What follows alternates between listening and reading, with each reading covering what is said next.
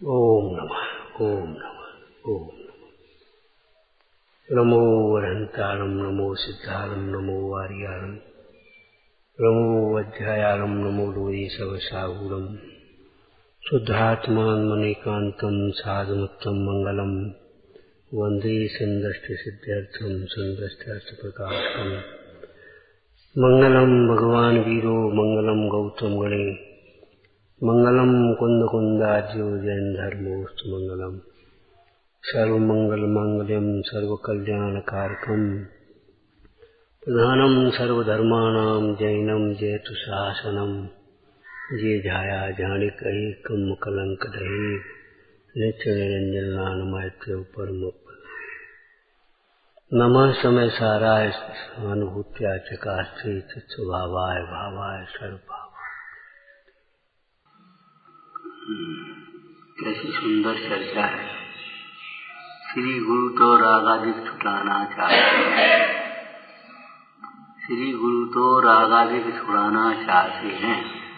क्यों? कि रागादिक छोड़े बिना दुख नहीं छूट सकता। जिनवाणी में दो प्रकार के कथन होते हैं, एक वस्तुनिष्ठ, एक प्रयोजन पर।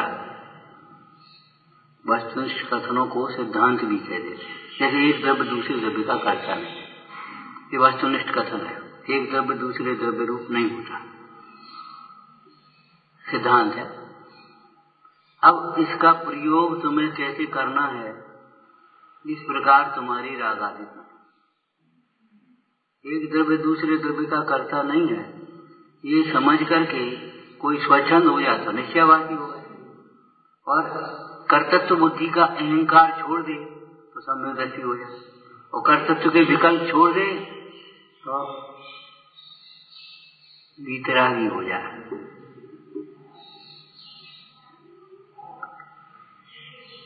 एक द्रव्य का दूसरे द्रव्य का कर्ता नहीं है, ऐसा मान करके अपन को क्या करना, अपन बाल बच्चों से क्या मतलब, अपन को मतलब सब है वे हमारी सेवा करें, शुश्रूषा करें, नाम बढ़ाएं, लेकिन जब संस्कार देने की बात आए तो एक द्रव्य दूसरे द्रव्य का। पंडित जी आप तो जानते हो कौन किसका कर्ता रहता है, बिल्कुल ठीक बात है, हम तो जानते, तुम नहीं जानते। तुम्हें जानना चाहिए इस बात को।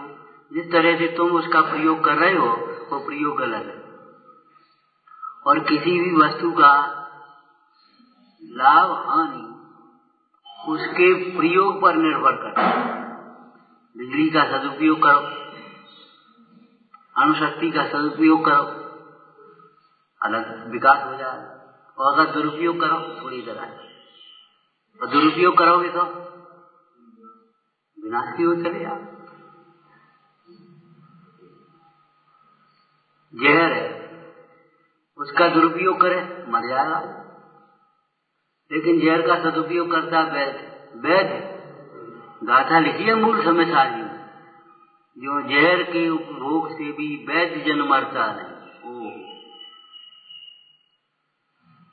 जहर के उपभोग से भी वैद्य जन मरता नहीं।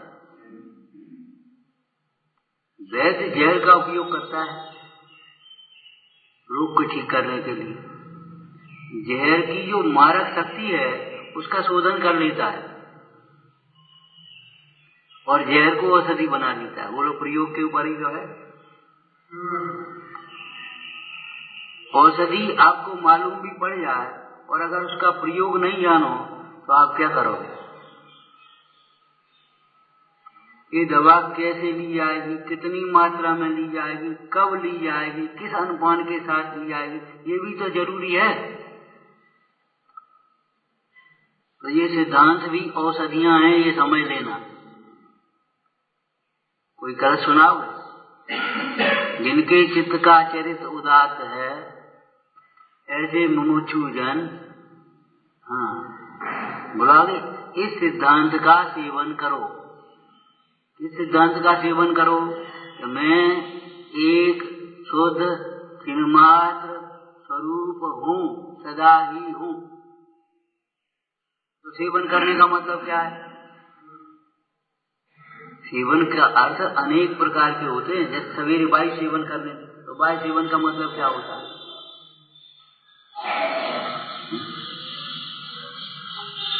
ऐसे इस मोक्ष मार्ग में सेवन का अर्थ क्या होगा? श्रद्धान करो, ज्ञान करो, बारंबार विचार करो, भावना जिसको कहते हैं, और फिर एकाग्र होकर के रम जाओ, इसका नाम है सेवन करना। इस सिद्धांत का सेवन करो। तो इस सिद्धांत का सेवन कैसे करो?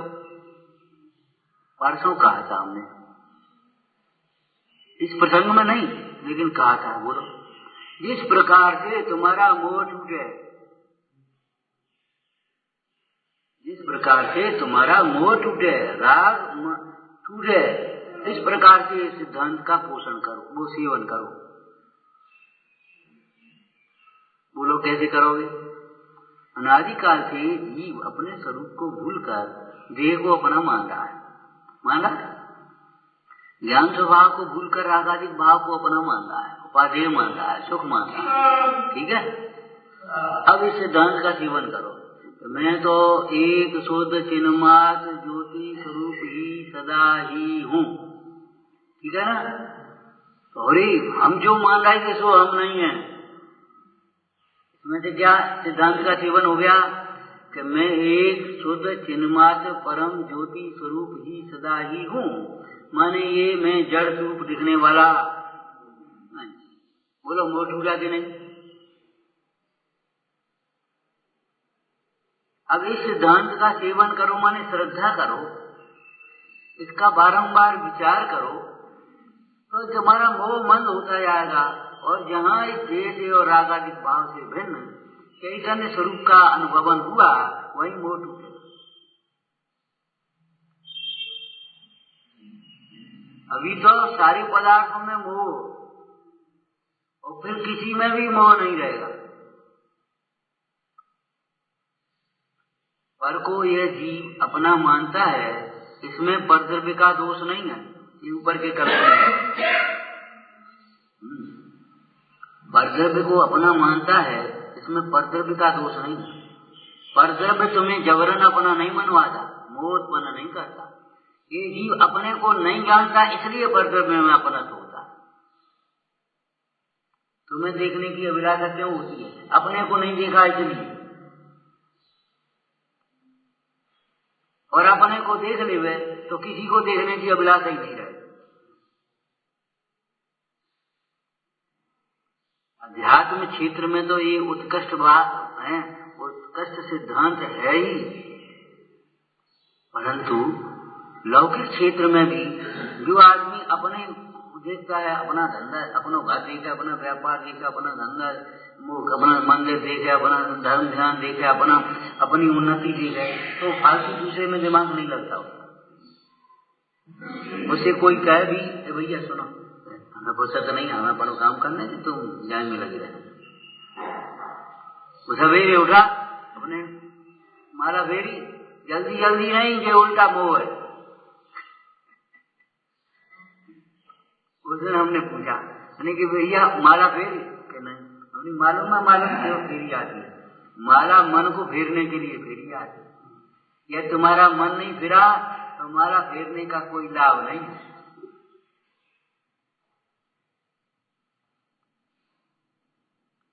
जल्दी जल्दी माला क्यों फेरी? ये मोह की तीव्रता है। क्यों? तुम्हें व्यापार धंधे में, शरीर में, खाने पीने में जल्दी जल्दी नहीं लगी। यदि कोई छोटा बच्चा हो, उसे कहो सुनो, जब तक दर्शन नहीं करोगे कुछ नहीं देंगे खाने के लिए, तो जल्दी जल्दी भागेगा, तो भाग कर क्या दर्शन करे लाओ। माने वो दर्शन काय के लिए है, जिससे हमें खाने पीने को मिल जाए। ऐसे ही तुमने माला फेरी, पूजा करी, दान किया, तो काय के लिए है? हमको ये भोग सामग्री मिल जाए, खूब पैसा मिल जाए, पद प्रतिष्ठा मिल जाए, भोग संयोग मिल जाए। ये मान्यता तुम्हारी खोटी है भैया। इस सिद्धांत का प्रयोग करो, काय के लिए? मोह के नाश के लिए, रागादिक को घटाने के लिए। तब तो तुमने श्री गुरु के अभिप्राय को समझा, और नहीं तो कुछ नहीं समझे। ग्रंथ के ग्रंथ तुमने पूरे कर लिए और अपने को अपूर्ण ही देखते रहे, पर से पूर्णता की अभिलाषा करते रहे। जी और मिल जाए, जी और मिल जाए, जी और मिल जाए, जी और हो जाए, जी और हो जाए। और ग्रंथ के ग्रंथ पूरे कर लिए, होता स्वयं जगत परिणाम पढ़ते रहे और कर्तव्य बुद्धि लगी रही। देखो, निश्चय और व्यवहार का संतुलन आना चाहिए आपको। जो ये जानता है हम न किसी के, कोई न हमारा, उसका व्यवहार पक्षपात का नहीं होता। हम सबके हैं, सब हैं हमारे। सुखी रहें सब जीव जगत के, सुखी रहें सब जीव जगत के। और बोला 6 डाला में से, काहू की धनहान किसी जय हार में चिंता।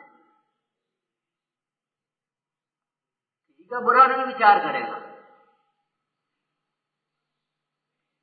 और बोलो, ना काहू सो दोस्ती, ना काहू सो बैर।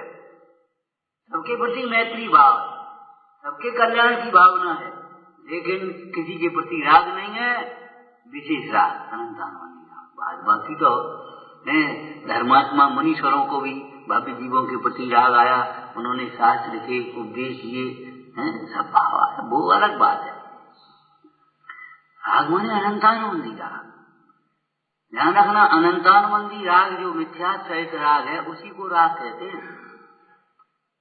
मिथ्यात्व और अनंतानुबंधी चली गई, फिर राग नहीं कहेंगे उसको। क्या कहेंगे? शास्त्रीय भाषा बोलना, रागांश। नहीं तो पढ़ लो, पहला अधिकार पंच परमेश की। रागांश के उदय से, क्या लिखा? राग के उदय से, ऐसा तो नहीं लिखा, रागांश के उदय से। अंश रह गए,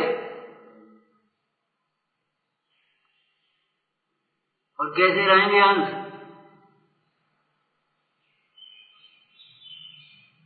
कैसे रहेंगे अंश? बहुत मुनराज की कथा में तो भाई राग ही दिखाई नहीं देते, ऐसे अंश रह गए। कैसे रह गए? कोई दृष्टांत बता जो तुमने पहले बताया था। एक घर में लड़के का विवाह होकर के आया, बहू आई, सासू समझदार, स्वाध्यायी, अभ्यासी, धर्मात्मा। एक दिन का प्रसंग, बहू ये घी तपा लो, कर लेना। उस समय कांच के वो चलते थे, तो कांच के उसमें रखना था। अब बेचारी बहू घी तपाने लगी, बगल में दूसरे कमरे में सासू जी स्वाध्याय करने लगी। अब उसको ये डर लगे कि घी फैल न जाए, और जहाँ शंका और भय होती वहां तो फिर काम बिगड़ना ही। कहूँ बिगड़ न जाए। अरे बिगड़े कोई बिगड़ न जाए, तुम पहले ही सोच रहे। जब तुम्हें बुद्धि विवेक है और प्रमाद नहीं है, तो काम बिगड़ेगा क्यों? अरे बिगड़ता है काम मिथ्यात्व से, अहंकार से, अज्ञान से, प्रमाद से, और क्या बिगड़ता? बोलो, जितना भी काम बिगड़ता है मिथ्या अहंकार से बिगड़ेगा, अज्ञान से बिगड़ेगा, प्रमाद से बचेगा, क्रोध की वशीभूत बिगड़ेगा, मान सारी सब काम बिगड़ेगा। जरा सी गुस्सा आ गई सब काम, लोभ से बिगड़ेगा। माने कथाओं से ही तो काम बिगड़ता है, और कैसे काम बिगड़ता है? जब काम बिगड़ेगा तो तुम दुखी होगे, तो कैसे? वही मिथ्यात्व कथा से दुखी हुई। तो बहु विचारी भीतर में शंका, डर है कि फैल न जाए। और जब शंका हो तो वो आपस ऐसो की, उसमें कभी हाथ उसने जरा सावधानी से हाथ हो गए चिकने, और सारा घी तपा से करके उसमें डिब्बे में कर दिया थी, और उठाकर अलमारी में रख दे। और जैसे ही उठाया तो चिकने हाथ डिब्बा सरक कर नीचे।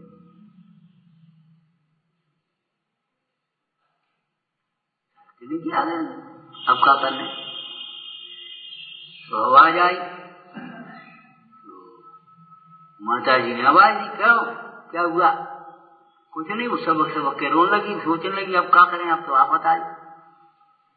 जड़ से माता जी स्वाध्याय रख करके विराजमान करके सास को ला गई। स्वाध्याय करने वालों को ध्यान रखना चाहिए, चौकी पे स्वाध्याय का साथ छोड़ा और अपने काम में लग गई, ये गलत बात। विनय पूर्वक शास्त्र को विराजमान करो, और स्वाध्याय करने के बाद विनय पूर्वक विराजमान कर लो। अरे काऊ की अगुवानी करी तो कराओ, प्रस्थान तो कराओगे तो वैसे ही कराओगे, तो वही धरो रहो, वही छोड़ दो, ये नहीं। तो शास्त्र विराजमान करके वो आई, देख लिया, बस समझ गई। बोली कहूँ लगी तो नहीं, गरम की कहूँ गिर तो नहीं गया, लगी तो नहीं, जली तो नहीं, कुछ हुआ पर तकलीफ नहीं, छोकर नहीं हो तो फिर कोई बात नहीं। एक काम कर, तू घी बट समय और मैं ये कांच समय, उसने छाप डालने से कहा है, और फिर उसने घी समेटा। और तू कांच देख ले, हमें नहीं दिखा, कमजोर आंखें है, कोई बोलने लग गया, हाथ में न छिल जाए, ध्यान रखना। चुपचाप उठा करके दिया, कोई चर्चा तक नहीं करी घर में कि ससुर आए हो तो चर्चा करी हो, आज बहू ने ऐसा कर दो, बेटा आया हो तो चर्चा करी, कहा आज बहू ने ऐसा कर दो, चर्चा तक नहीं की उसकी। इस घटना को लेखक ने कैसे लिखा मालूम है? घी फैल गया और सुवास रह गई, सुगंधी रह गई। आज वो बहू सास बन गई, उसकी बहू आ गई और वे सास परलोक में चली गई। लेकिन कब कोई प्रसंग आता है तो आंखों में आंसू आ जाते हैं, सास की याद। हमारी सास है, सास नहीं माँ, सास नहीं है माँ है। सबसे बड़ी भूल होती है, बेटे को बेटा समझोगे और बहू को बहू समझोगे, अधिकारी बन जाओगी बहू की। अरे जब बेटे को बेटा समझ रहे हो तो बहू को बेटी समझ लो, काम खत्म, सारे झगड़े खत्म हो गए। अपनी बेटी के साथ कोई माँ कोई दुर्व्यवहार कर सकती है? कभी सोच भी नहीं सकती। तुमने ये क्यों मान लिया ये बहू आई है तो सब सीख करके आई है और आज ही इसको सब सही से हम जैसा कर देना चाहिए, हमें जैसे रहना चाहिए, ये क्यों सोचती हो? आज के जमाने में तो और थोड़ी विसंगति है, बच्चियों की शिक्षा हो गई बहुत, अब वो पढ़ते पढ़ते पढ़ाई के बाद शादी हो गई, अब घर के अनुभव है नहीं उस बेचारी। यथार्थ है ये बात। अब इनको अपेक्षा है कि आते ही खबरें काम थी, अरे भाई नहीं सीखी तो सिखाया, छोटा बच्चा तो है नहीं, बड़ा होगा जल्दी सीख जाएगा, लेकिन सिखाने के लिए प्रेम चाहिए, विनय चाहिए। विनय के बिना कहीं कुछ नहीं सीखा जा सकता, इस ध्यान समझ। विनय के बिना कहीं भी कुछ भी नहीं सीख सकते।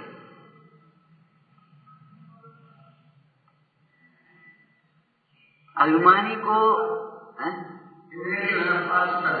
वो मूल बात यही है, जिज्ञासा नहीं है ना। सिखाने की बात, समझाने की बात रहती है तो समझने की तो कोई गुंजाइश रहेगी नहीं। भाई तुम समझाओ और तुम हमें लौट के समझाने लगोगे तो आपको होगा क्या?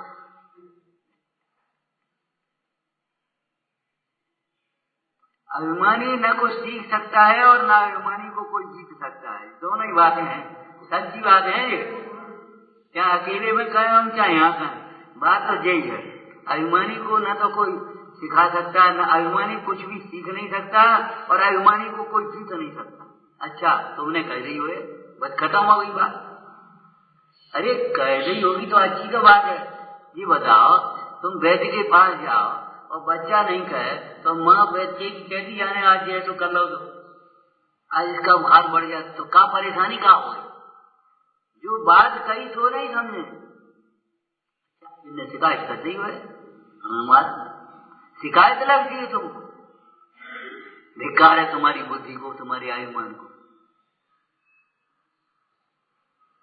अरे तुम्हें आकर के खुद कहना चाहिए तो तुमने नहीं कही, और अगर इन्होंने कह दी तो तुम्हें शिकायत कर दी। अरे ये तो सुधार का अवसर है, जानो कौन सी परेशानी हो गई। लेकिन अपना दोष दिखता ही नहीं है, हमारा कोई दोष है। जिसे अपना दोष दिख जाए उसे अपना दोष दूर करने का उद्यम होगा, और अपना दोष दिखे ही नहीं तो दूसरे का दोष दिखे तो स्वयं में करेगा काम, फिर क्या करेगा, दूसरे को सुधारना चाहे। तो हमें सुधारो, हम तुम्हें सुधारे, होगा काम। इसीलिए तो न जो पराई निंदा है वो दुख का कारण क्यों कही कि देखो तुम्हारा दोष ये थोड़ी सुधार है। अगर तुम्हारी ताकत है तो तुम्हारा दोष तुम सिखाओ, भैया जी तुम्हारी बात ठीक नहीं, काम खत्म हो गया, सुधार हो सकेगा तो हो जाएगा, और नहीं हो सके तो अभी ये सोच लेना इसका भवितव्य ऐसा ही है।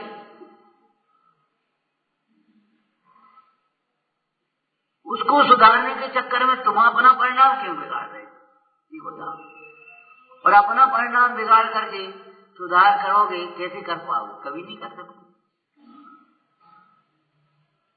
यही तो पिछले काव्य में कहा था, रागादिक के होने में जो प्रकृति का ही दोष मानते हैं, लिखा क्या है, निमित्तता, निमित्त माने उसका ही दोष मानते हैं, रागादिक के होने में अपना दोष नहीं जानते, वे अंध बुद्धि हैं, शुद्ध ज्ञान माने सम्यक ज्ञान से रहित हैं, वे मोह नदी को पार करने में समर्थ नहीं है। क्यों भाई, रागादि के होने में कर्तव्य निमित्त नहीं होता क्या? रागादि के होने में कर्तव्य निमित्त तो होता है, बिल्कुल सच्ची बात है। तो फिर क्यों लिखा कि भाई कहता तो है कर्तव्य निमित्त है, लेकिन मानता है इसी ने मुझे ऐसा करा दिया, तुमने आकर के हमारा उपयोग खराब कर दिया, तुम यहां से भाग जाओ। अरे भाई तुमने कोई उल्टा चिंतन किया होगा, उल्टा समझ, उल्टा अर्थ ग्रहण किया होगा, इसलिए तुम्हारे परिणाम बिगड़े हैं, वो तो निमित्त मात्र है।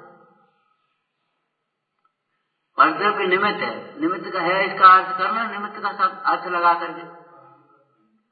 कर्तव्य निमित्त है माने अकिंचित का है, उसने कुछ नहीं किया, ये अर्थ करो तब बनेगी बात। और कहते हो तुम कर्तव्य निमित्त है और मान रहे हो तुमने इसी ने करा दिया, कर्तव्य का दोष मानते। तो जब तुम कर्तव्य का दोष देखोगे तो अपना दोष दिखेगा ही नहीं, दूर करने का उद्यम कैसे करो। देखो अपने घरेलू जीवन में, व्यापारिक जीवन में, सामाजिक जीवन में भी अपना दोष देखने का उद्यम करो, आदत डालो। अपना दोष दिखाई देगा ये समझो, उठते चले आओ, और दूसरे को दोष देते रहोगे और दूसरे का दोष देखते रहोगे, आप कहीं भी नहीं, कुछ गिरते चले जाओ, गिरते चले जाओ, ये समझ लो, ये सैद्धांतिक बात है।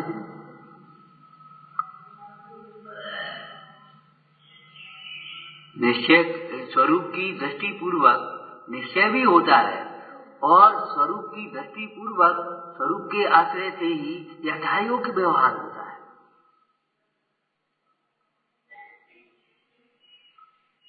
तो विचारना, जैसे बहू सास बन गई और वो सास चली गई, उसकी बहू आ गई, लेकिन अब वो कैसा व्यवहार करेगी? जब कोई बात आई तो झट से उसको अपनी सास की याद आई। अरे तो हेडिंग क्या दिया? हेडिंग समझ में आ गया? हेडिंग के लिए हमने ये दृष्टांत देना शुरू किया। क्या बोलो? अरे घी तो फैल गया, वो तो फैल ही गया, तो गुस्सा करते तो फैल दो, घी तो फैला ही गया, उसमें वो क्या सकता है? जो बता, सावधानी से समेट लिया, अब खाने लायक नहीं रहा तो कोई बात नहीं, मालिश में काम ले रही हूँ, बाल बच्चे की मालिश हो जाएगी, घी और का परेशान, उसकी मलहम बना देना पानी में धो धा कर। अरे भाई उसका उपयोग करता हो, अब तो फैल गया तुमको, अब क्या करें? अब क्या करो? कछुवत करो। घी फैल गया है, अपने झरी में कूलो मत फैलाओ, अपने परिणाम मत खराब करो। अब उसको तुम चाहे कितना ही क्रोध करो, चाहे किसी बहू को दोष दे, चाहे वो और उठा करके फेंको, फांकी करो, लेकिन वो तो फैल गया, फैले ही गया। भवितव्य का विचार करके समता ही रखना उपाय है। श्री गुरु तो रागादिक छुड़ाना चाहते हैं। यदि रागादिक के होने में पर का ही दोष दिखेगा तो अपना रागादिक कभी नहीं मिटेगा। ऐसे जीव के लिए श्री गुरु ने रागादिक को, हमारे पास तो अनेक न्याय है, शुद्ध निश्चय, शुद्ध न्याय, एक देश शुद्ध न्याय और निश्चय न्याय, व्यवहार न्याय, सद्भूत असद्भूत, अनेक न्याय हम उसका प्रयोग कर लेंगे, उसमें क्या बात है?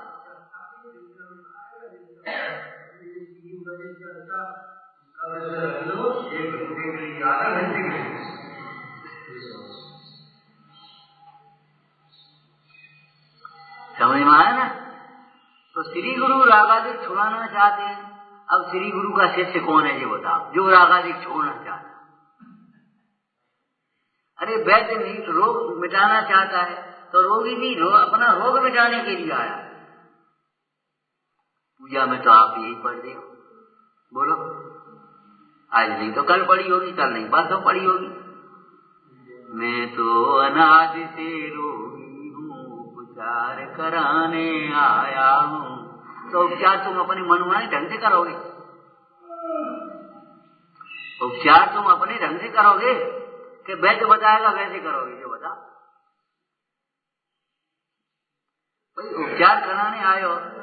कई बार वैद्य से चर्चा करने लगता तो वैद्य कहने लगता है, भैया वैद्य हमें कि तुम मुझे बता, ये गर्म तो नहीं करेगी, ये ठंडी तो नहीं करेगी, और एक टाइम ले लें तो, और भला न कर लें तो, ये बता वैद्य तुम हो क्या हमें?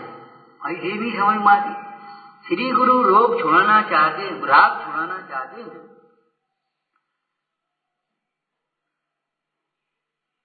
शिष्य भी ऐसा होना चाहिए, राग छोड़ना चाहिए। भगवान का भक्त कैसा होता है बोलो?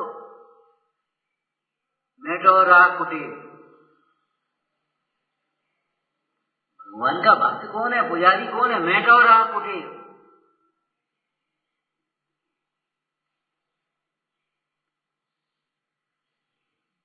आलोचना पाठ में से बोलना, रागादिक दोष हरिये, परमात्म निपद दिए। तो तुम और कछु मांग ले? मैं इंद्रादिक पद नहीं जाऊं, विषयन में नहीं डुबाऊं। रागादिक दोष हरिये, परमात्म निपद दिए। श्री गुरु तो रागादिक छुड़ाना चाहते हैं। तो जो रागादिक छुड़ाना चाहता है वो उपदेश किस प्रकार से देगा? जिस प्रकार से रागादिक छूटे उस प्रकार से उपदेश देगा।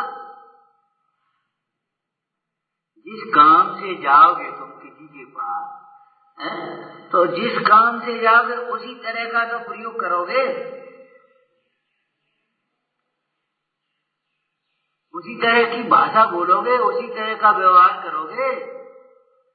किसी अधिकारी के पास किसी काम से गए तो कहिए सर ये काम है, और ये अच्छा ठीक है, और निमंत्रण देने गए तो साहब आपको हमारे आयोजन में आना है, उद्घाटन करना है आपको, या मुख्य अतिथि आपको हम बनाना चाहते हैं। बोले तो ठीक है, तो जो है तो फिर कार्ड देओगे, वहां एप्लीकेशन देओगे, माने सब अलग अलग काम है कि नहीं है? तो श्री गुरु रागादिक छुड़ाना चाहते हैं, इसलिए वे रागादिक जिस प्रकार से छूटे उस प्रकार से उपदेश देते। एक बार एक डॉक्टर थे, आयुर्वेद थे, तो कोई चर्चा चल रही थी, तो बोले देखो, उन्होंने एलोपैथी दवाई कोई बताई। उन्होंने कहा जी एलोपैथी क्या बताए? बोले देखो पंडित जी, पैथी हमारे है, हम पैथी के लिए थोड़ी ना, मतलब रोग जैसे बेटा तैसे हम करेंगे।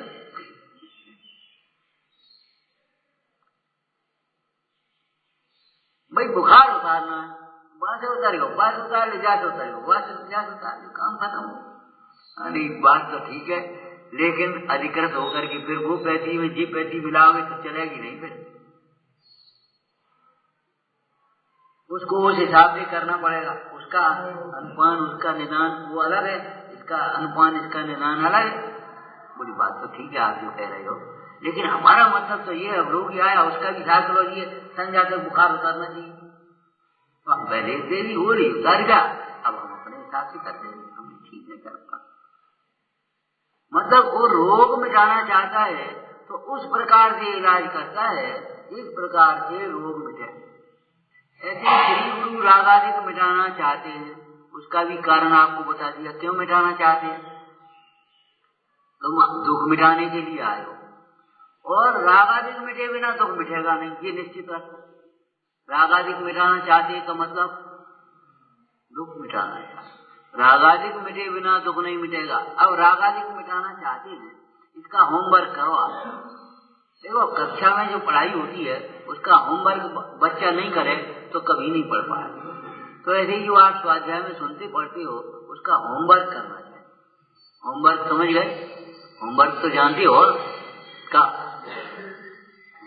घरे जाके फिर उसको करो, यहाँ रफ लिख लिया तो वहां फेर करो, हैं उसको याद करो। तो ऐसे ही यहाँ इसका होमवर्क क्या कैसे करोगे? श्री गुरु तो रागादिक मिटाना चाहते हैं, इसका अर्थ करना श्री गुरु तो मोह मिटाना चाहते हैं। क्यों? मोह मिटे बिना रागादिक नहीं मिटेगा। श्री गुरु तो अज्ञान मिटाना चाहते हैं। ये रागादिक में अज्ञान कहाँ से आ गया कि भैया ये अज्ञानमय भाव है, अज्ञान नहीं मिटेगा तो रागादिक नहीं मिटेगा। श्री गुरु तो मोह मिटाना चाहते, मिथ्यात्व मिटाना चाहते, ये समझ लो तुम्हारा। इसीलिए कभी कभी आप छोटे मोटे इलाज करते रहो, फिर स्पेशलिस्ट पे जाओ तो वो पूछता है क्यों कुछ इलाज किया, कुछ दवाई ववाई दी थी? हाँ साहब नहीं तो ला पर्चा कहाँ है? ये साहब है पर्चा। तो मालूम है क्या कहते हैं? ये सब बंद करो, ये सब बंद कर दो और अब तुम एक गोली के दो बस, और कोई जरूरत नहीं। ये तमाम चीज तुम क्या खा रहे हो? ये सब बंद करो। ऐसे ही कहाँ तुम भटक रहे हो? सब बंद करो। अगर हम कहते तो ये बताओ यहाँ क्या परेशानी हो रही है? उसने निदान किया और उसने कहा जी सब दवाई बंद कर दी, क्या कर रहे तुम? इनसे कछु नहीं होगा, रोग बिगड़ेगा। अब हम निदान करके इसके दवाई से एक दवाई जाओ तो एक वितरागी देव की श्रद्धा करो, भक्ति करो, पूजा उपासना करो, दूसरी जगह मत भटको, मत भटको, मत भटको।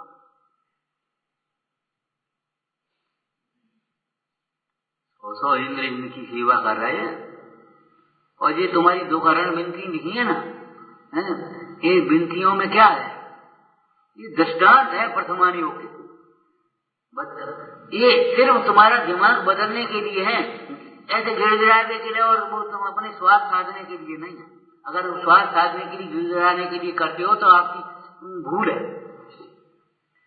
देखो तुम सोचो तुम्हें कौन सी विपत्ति है? राज रोग उठा हुआ, तो जब राज रोग मिट गया तो तुम्हारा रोग क्यों नहीं मिटेगा?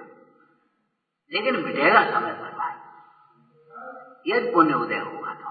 और अगर पुण्य उदय नहीं है तो मुंडाजों के शरीर में रोग राज नहीं मिटा। तुम ये मत सोचो आज रोग मिट जाए वाला तुमको पैसा नहीं है, दरिद्रता, तो एक सेठ के घर में किया जा देते थे। तुमको हम बंधन में पड़े तो राजपाल कुंवर की पड़ी थी पांव में बेटी,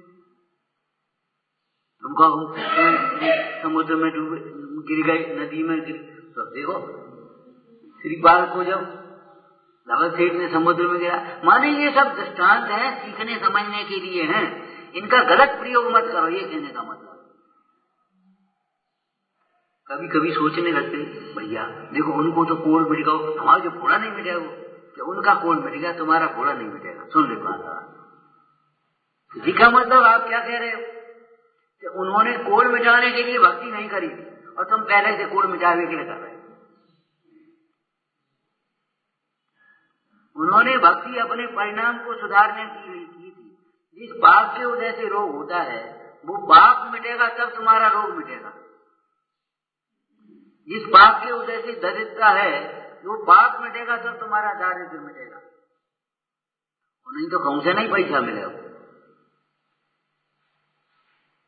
सारो घर खोद जा रहा और कछु नहीं मिले और नेक ठोकर लगे तो निकल पड़ो कर, और फिर ने कही यहाँ है वो तो यहाँ खोदन लगे, वहां है तो वहां खोदन लगे, वहां अब खोदो काहे? अरे वो अभी टाइम नहीं है, बाद में मिलेगा। भटक गए। हमसे तो कोई कहे खोदे यहाँ मिले तो हम कहे खोदो, बैठो खोद रहे तो मैं खोद दे, ये फर्श बनवाने पड़े हम।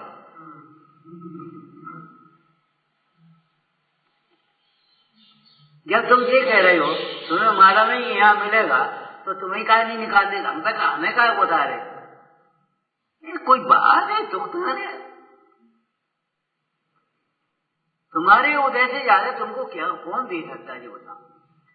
पाप के उदय से ज्यादा कोई प्रतिकूलता नहीं दे सकता, कोई तकलीफ नहीं दे सकता, और पुण्य के उदय से ज्यादा कोई अनुभवता नहीं दे सकता। ये 100% है कि 99%।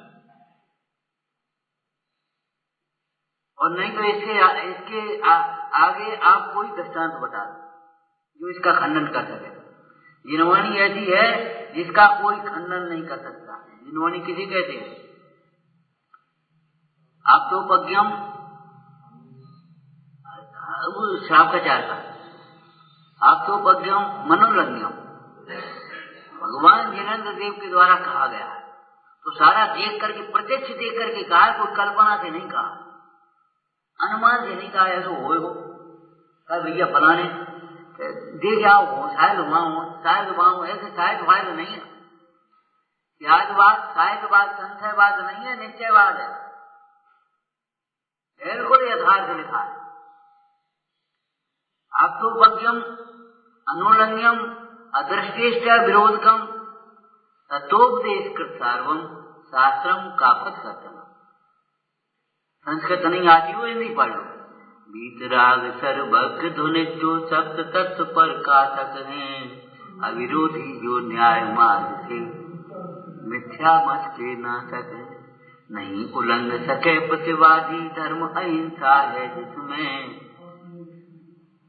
समझ आत्मोन्नत की मार्ग विधायक जिनवाणी हम नित्य नमे जैन शास्त्र।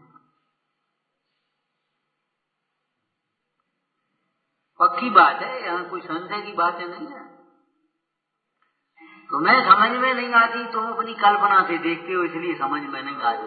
किताब हमने करी भक्ति तो काय नहीं भाई। तो इस समय में तुम्हारे उस कर्म का उपशमन आदि नहीं हुआ है, तुम्हारी कोई तीव्र कर्म का उदय। हम पूछते हैं तीव्र असाता का उदय है तो बड़े बड़े डॉक्टर इलाज करते हैं और लाभ नहीं हो पाता। तो इसका मतलब ये थोड़ी डॉक्टर मूला से कुछ नहीं आता।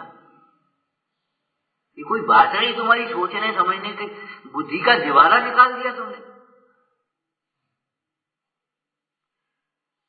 समय आ जाता है अपने गांव का छोटा सा डॉक्टर और छोटी दवाई बता देती, वो नहीं वो बहुत होशियार है, वो कुछ नहीं आता। ये कोई बात नहीं तुम्हारी सोचने की।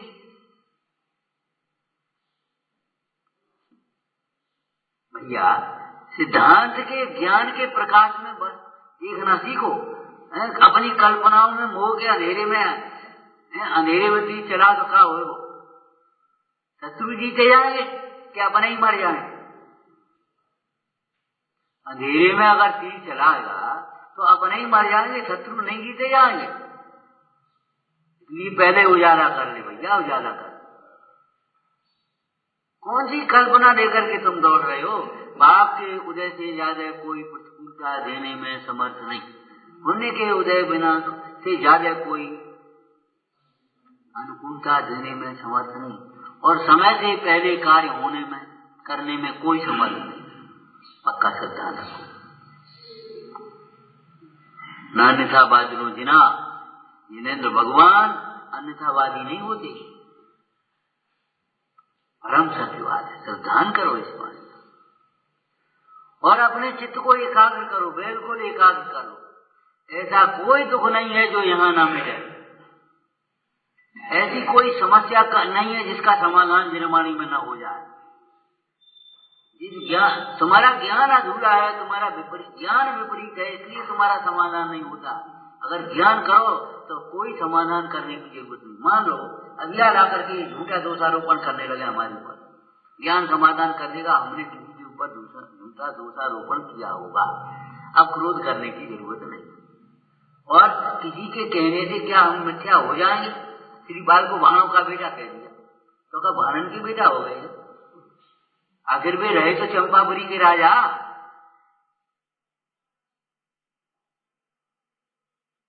आपका चार में यही तो लिखा है भाई कि ये बताओ, कोई ने अगर कुछ कहा तो तुम ये सोचो ऐसा दोष हम में है कि नहीं। अगर है तो दूर कर लो, बढ़िया बात, और नहीं है तो चिंता तुम क्यों कर रहे? तुम्हें कहा पूछे? उसका फल वो भोगेगा, तुम थोड़ी भोगोगे। समझ में आया ना? किसी हमारे अंतर के कपट को जाने बिना हमें जगत धर्मात्मा कहता रहे तो हमारा क्या भला होगा? और हमारे अंतरंग के परिणामों की निर्मलता, अभिप्राय की सम्यकता को पहचाने बिना कोई कहता है बड़ा गुस्सा है, बड़ा फलाना है, तो कहते रहो, उससे हमारा क्या बुरा होगा? अपना भला बुरा तो अपने परिणामों से होता है। बिल्कुल पक्की श्रद्धा रखो, बिल्कुल भटकने की जरूरत नहीं है।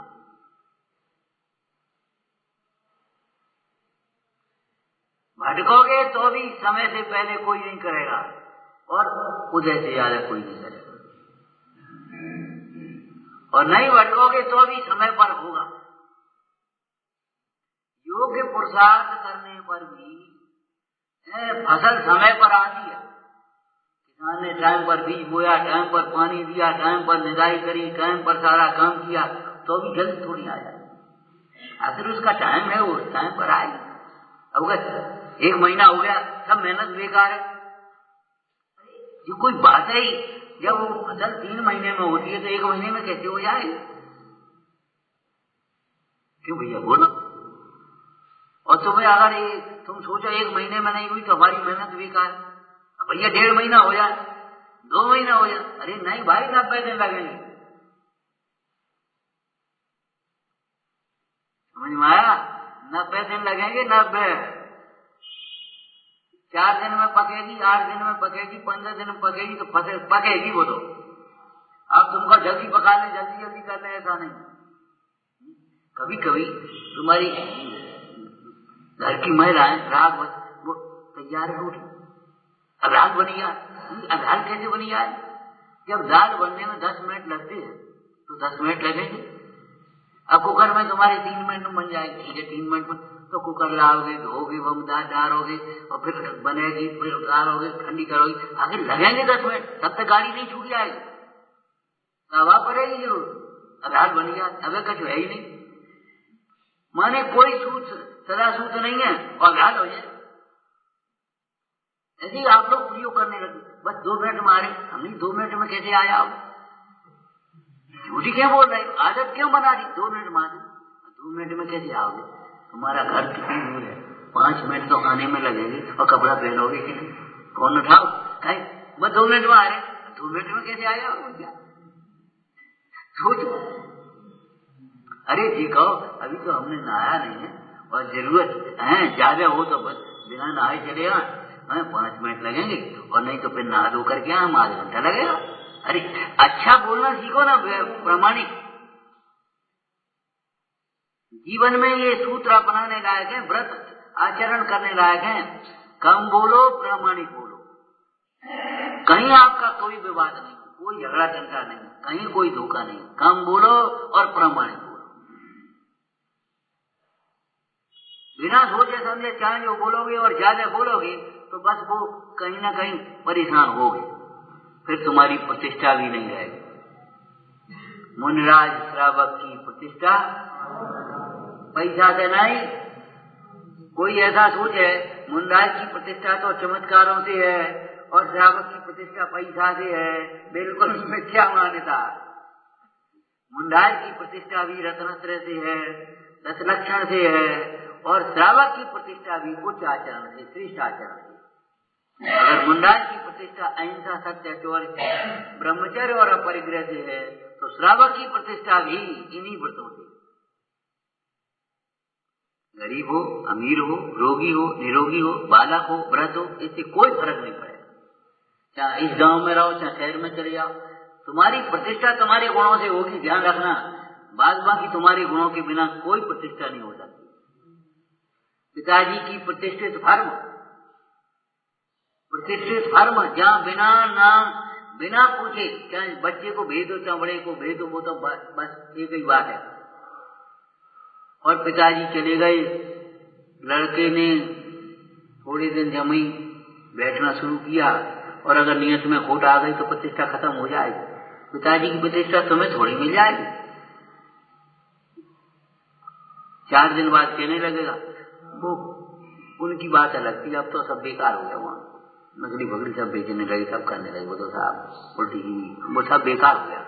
पिताजी की बात अलग, वो लोग कहेगा कि नहीं।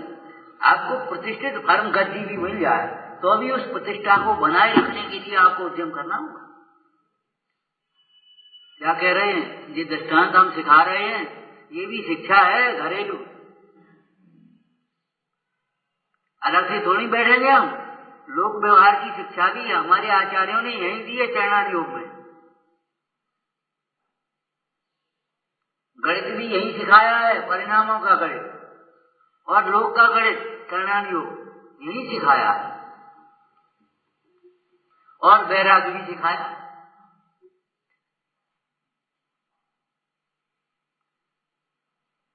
विचार करो भाई, खूब विचार किया करो। विचार करोगे तो तुम्हारे जीवन में सुख शांति मिलेगी, विचार नहीं करोगे तो नहीं। बिल्कुल अनन्य चेता कृतमा ददामी स्वर्गादि लक्ष्मी मम हाथी। हमारा उदय आएगा तो हम सहन करेंगे, क्षमता रखेंगे, आगे बढ़ेंगे, निर्जरा करेंगे और नए पाप करेंगे, नहीं काम खत्म हो गया हमारा। एक महाराज जी थे, बहुत पुरानी बात है, दक्षिण से आए उत्तर भारत की ओर। उससे पहले यहाँ बिहार बहुत कम थे, तो किसी पंडित जी ने कहा महाराज आप उत्तर की ओर जा रहे हो, वहां मुंडाइयों का समागम बहुत दिन से नहीं है, बिहार कम होती है, कहीं कोई उपसर्ग करे और वो करे। बोले देखो भैया कोई देवी देवता सिद्ध कर लो। उनका मतलब ये था पंडित जी का, आप यहाँ चले कोई देवता सिद्ध करके चलो। महाराज जी बोले सुनो, हमारे उदय से ज्यादा उपसर्ग आएगा नहीं, और उपसर्ग आएगा तो उपसर्ग सहन करना तो हमारा कर्तव्य है, हम क्षमता से सहन करेंगे। पांचवें पंडित जी ने बोले महाराज जब ऐसी बात है तो अब कई की बात है, कौन सी देवी देवता को बना, हमारे उदय से ज्यादा तो कोई उपसर्ग करेगा नहीं, और अगर उपसर्ग होता है तो हम क्षमता से सहन करेंगे। जब भाई हमने लाओ है तो देंगे, अब कोई तकलीफ आ गई तो धीरे धीरे देंगे, हिसाब से देंगे, वो अलग बात है, लेकिन लाओ है भैया हम समझेंगे, हम का बात है, जो कर्म करे हैं तो उसको हम शांति से भोगेंगे, सहारे से भोगेंगे। सहारे से भोगना जानते होगे, क्यों सहारे से भोगना जानते हो? अरे भाई इनसे तुमने ले गए, अब ये ज्यादा चढ़े बैठे, भैया इन्हें समझाए हम तो भाई। तो ऐसे ही सारे माने पंच परमेश्वर की भक्ति से हम जीतेंगे, ये मतलब है सारा शरण सारे को कहते हैं कि नहीं। तो हमारा उपयोग इतना नहीं लग पा रहा अभी एकाग्र होकर के, मुन्ना जैसा उपयोग नहीं है हमारा, उन धर्मात्माओं जैसा उपसर्ग उपयोग हमारा निर्मल नहीं है, इतना राग नहीं टूटा, इतना मोह मन नहीं हुआ, तो कोई बात नहीं, भगवान पंच परमेश्वर की भक्ति करेंगे, यहाँ का बात है। हम नहीं ज्यादा पढ़े लिखे तो कोई बात नहीं, ज्यादा पढ़े की कामों नहीं है, थोड़े ही पढ़े से काम चल जाएगा तुम्हारा। तुम पंच परमेश्वर भगवान का स्मरण करो, धीरे धीरे धीरे धीरे। अब हम ज्यादा जानते नहीं, अरे बैठो आओ जाओ, अपने आप थोड़े धीरे धीरे धीरे जाने लगोगे, परेशान क्या है? कौन पेड़ से सीख के आता है, लोग में कह देते भैया श्री गुरु तो रागादिक छुड़ाना चाहते हैं, इसका क्या है, श्री गुरु तो मोह छुड़ाना चाहते हैं। क्यों? जैसे राग के छूटे बिना दुख नहीं छूटता, ऐसे मोह के छूटे बिना, अज्ञान के छूटे बिना राग नहीं छूटता। आपकी ताकत नहीं है राग छोड़ो, ये राग तो छोड़ो। अरे जिनवाणी का अभ्यास करोगे तब मोह छूटेगा, फिर राग छूटेगा। मोह छूटे बिना राग कैसे छूट जाएगा भैया? जब श्री गुरु छुड़ाना चाहते तो हम भी छोड़ना चाहते, तैयार बैठ जाओ, दोनों का मेल मिल जाएगा, और फिर भी जो कहेंगे सो समझ में आएगी। गड़बड़ कहाँ है? वे तो राग छुड़ाना चाहते हैं और हम राग का पोषण करना चाहते हैं। गड़बड़ कहाँ है? वे तो राग छुड़ाना चाहते हैं और हम राग का पोषण करना चाहते हैं, इसलिए वे जो कहते हैं सो हमें उल्टी लगे। वे स्वच्छंदता का निषेध करने के लिए कहते हैं, हम उसमें से स्वच्छंदता निकालते। वे अपने परिणाम को निर्मल करने के लिए कहते हैं, हम उसमें अहंकार करते। देखो हम कितने धर्मात्मा, हम पूजा कर रहे, स्वाध्याय कर रहे, दान कर रहे, कोई भक्ति कर रहे, हम कर तो रहे और काम बता। तो भैया तुम वेद ज्ञान करो, वेद ज्ञान करो, विचारना।